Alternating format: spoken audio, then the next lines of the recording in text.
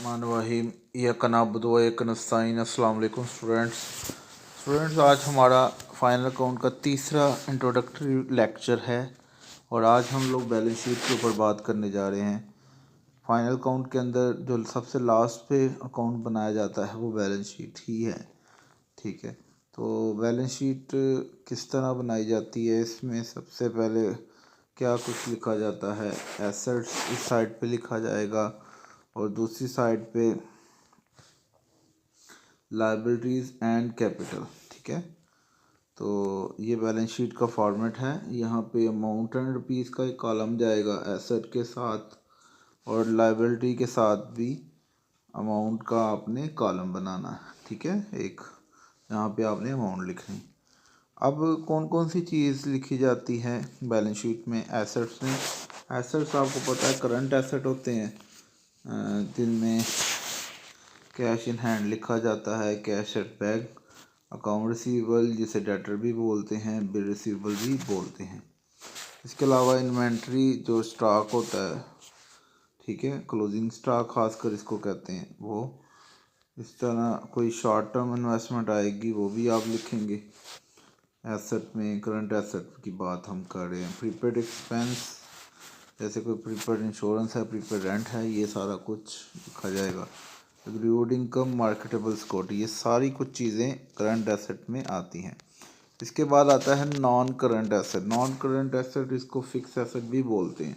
इसमें land, building, plant and machinery, furniture, equipment, vehicles, computer और जो भी लॉन्ग टर्म इन्वेस्टमेंट होती हैं, गुडविल, पेटेंट, ट्रेडमार्क। तो बेटा ये आपने याद करना है कि कौन सी चीज़ें करंट एसेट में होंगी, कौन सी नॉन करंट में।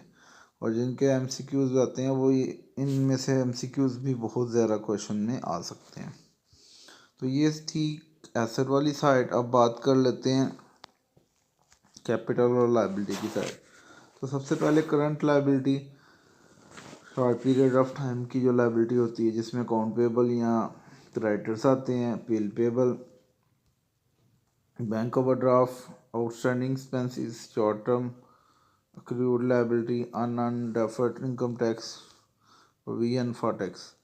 ये तो हो गई करंट। और नॉन करंट यानी लॉन्ग टर्म जो होती है वो लाइबिलिटी। इसमें लॉन्ग टर्म डिबेंचर, मॉर्गेज, ठीक है, तो पेंशन लाइबिलिटीज़, तो ये लॉन्ग टर्म होती है। इसके बाद लास्ट पे आपने जो लिखना होता है वो कैप ऑनर इक्विटी का हेडिंग देना है और इसमें कैपिटल सबसे पहले मेंशन करना है। और इसके अलावा कैपिटल में हमेशा नेट प्रॉफिट ऐड करना है। कुछ चीज़ें लेस भी होती हैं, जैसे ड्राइंग लेस होती है, ड्राइंग्स वो कैपिटल में सेल लेस होती है। तो ये इस तरह आपको मज़ीद कुछ चीज़ें भी डिस्कस करनी है, लेकिन ये सारा प्रोसीजर होता है बैलेंस शीट का।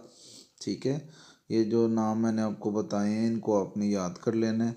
ठीक है, कि क्या कुछ आता है एसेट साइड्स पे करंट में और नॉन करंट यानी फिक्स एसेट में क्या आता है, और इसी तरह करंट लायबिलिटी में क्या आता है और लॉन्ग टर्म लायबिलिटी में क्या लिखा जाता है।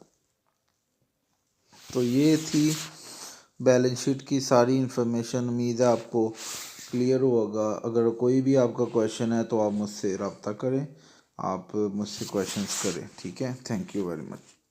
अल्लाह हाफिज़।